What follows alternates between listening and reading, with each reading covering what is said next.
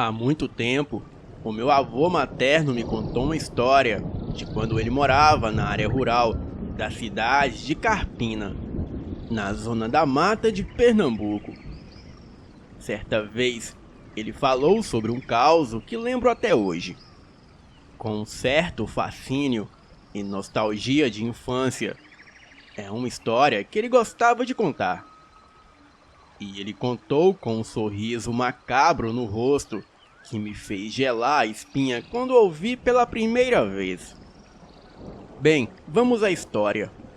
Durante o final dos anos 1960, o meu avô trabalhava em uma usina de cana-de-açúcar, existente até hoje nos arredores do município de Carpina, na zona da mata de Pernambuco. A sua função era fazer o que lhe pedissem, entre pilotar o trem que buscava lenha para alimentar os processos da usina e trabalhar na destilaria. Ele me contou que uma certa vez, um tal de José chegou para trabalhar na usina. Era um sujeito barbudo, magro, pálido e tinha uma característica peculiar, que nas palavras do meu avô, ele tinha os olhos meio amarelos e uma catinga igual a de cachorro do mato na chuva. Os poucos amigos que o novato fez não sabiam muito dele, e o falatório correu solto na usina sobre quem era o tal recém-chegado. E o seu comportamento de pouco falar chamava a atenção. Ele tinha um pouco de sotaque de gente que vem do Rio de Janeiro ou São Paulo.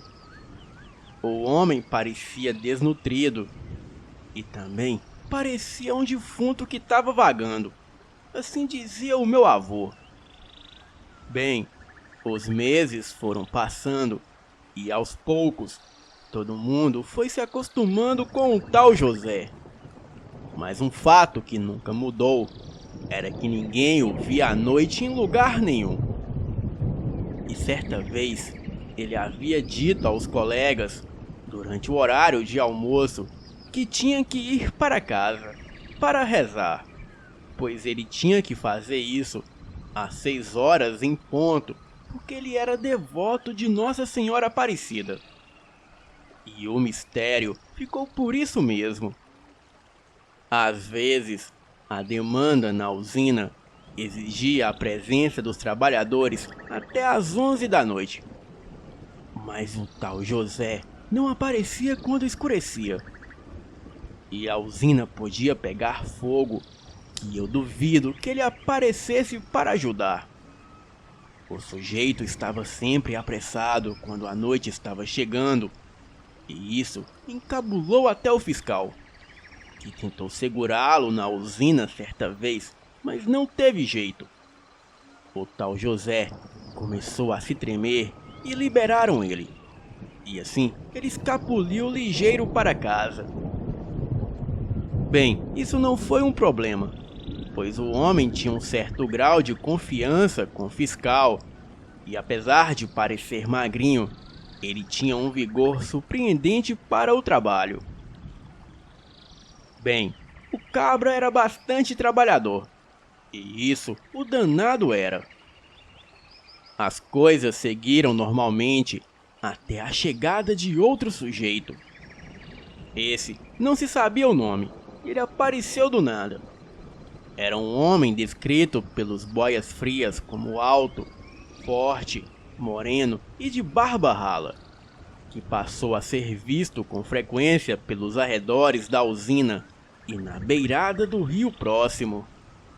Bem, e deste homem dizia o meu avô: eu vi o sujeito 1 ou 2 vezes por lá.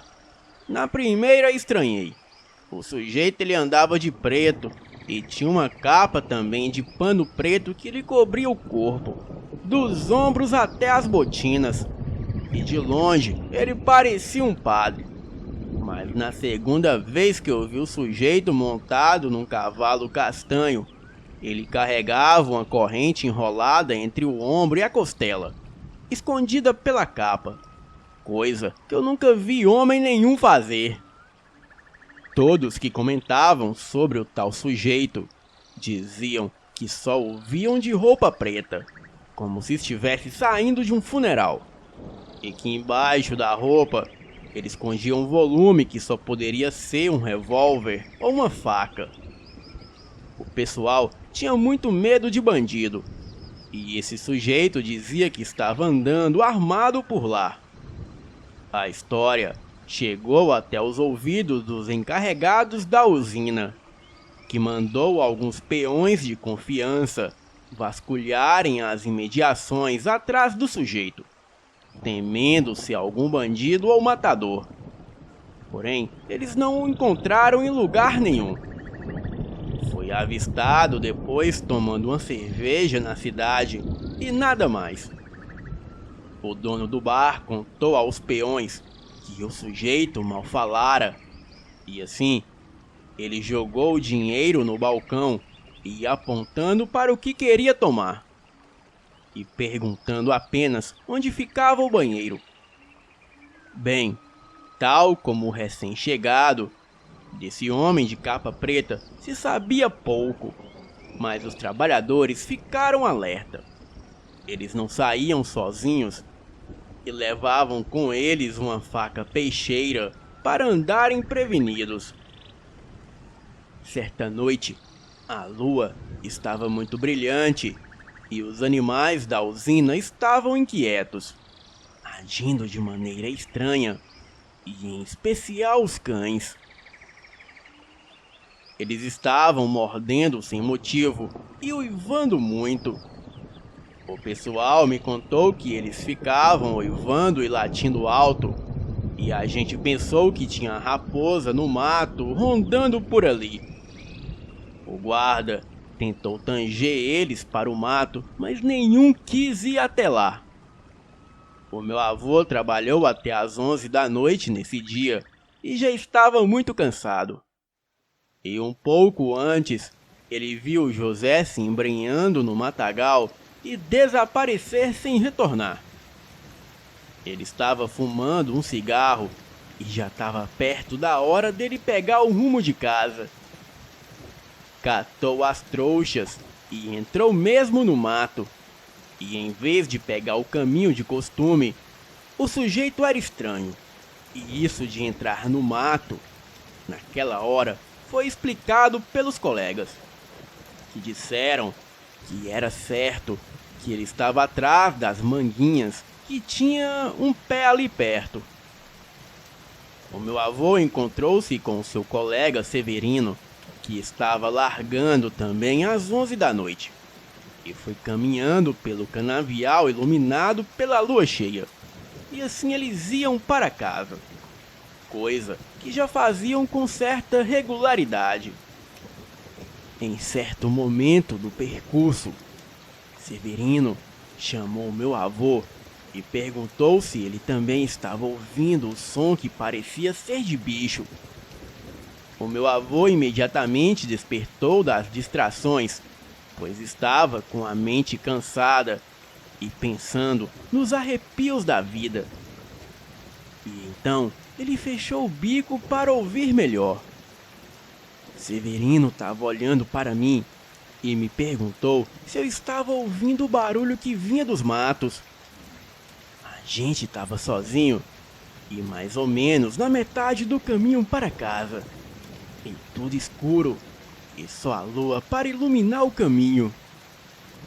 Parei para prestar atenção no que ele estava falando. Ele estava com a cabeça em outro lugar, e então eu botei a mão na peixeira, já esperando pelo pinote do tal homem de preto. Porém, foi outra coisa que aconteceu. Houve uns pigarros igual o que o porco faz, e aquele barulho vinha de trás das canas. Severino e eu fizemos silêncio para ouvir aquilo direito. E parecia com um som de porco velho que ele faz quando está farejando. Mas não podia ser zoada de um porco, pois fazia uns estalos e gania feito um cachorro também. O barulho era baixinho e vinha de trás das canas. E aquilo estava muito perto da gente. E fosse o que fosse, parecia que estava querendo falar. Eu nunca tinha ouvido bicho nenhum fazer aquele negócio esquisito. De repente, fez um silêncio danado naquele lugar, e isso foi o pior. O meu coração acelerou, pois eu estava esperando o bandido ainda. Eu e Severino ficamos bem alerta, procurando de onde estava vindo aqueles roncos. E então ficamos olhando para as bordas da estrada de terra. E foi aí que a gente começou a ouvir uns piados, como o que a galinha faz.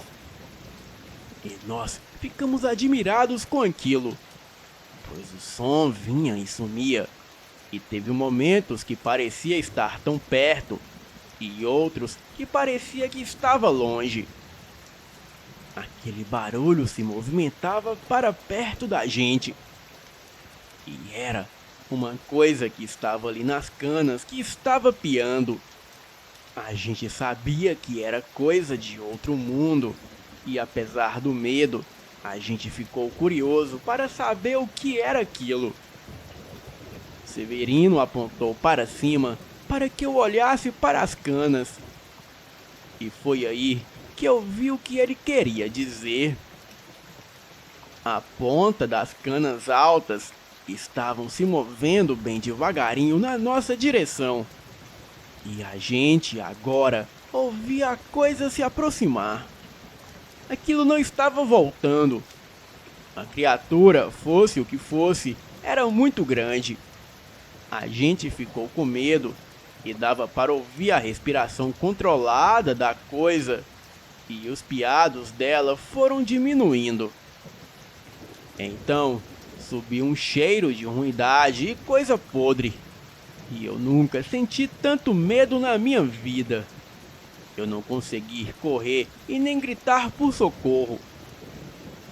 Severino estava de cócoras no chão, tentando ver pelas canas algum movimento do tal bicho.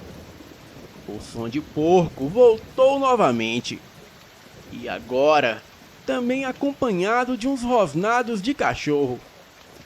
E aquilo estava praticamente em cima da gente. Teve um barulho de ossos estalando, como se o bicho tivesse rangendo os dentes.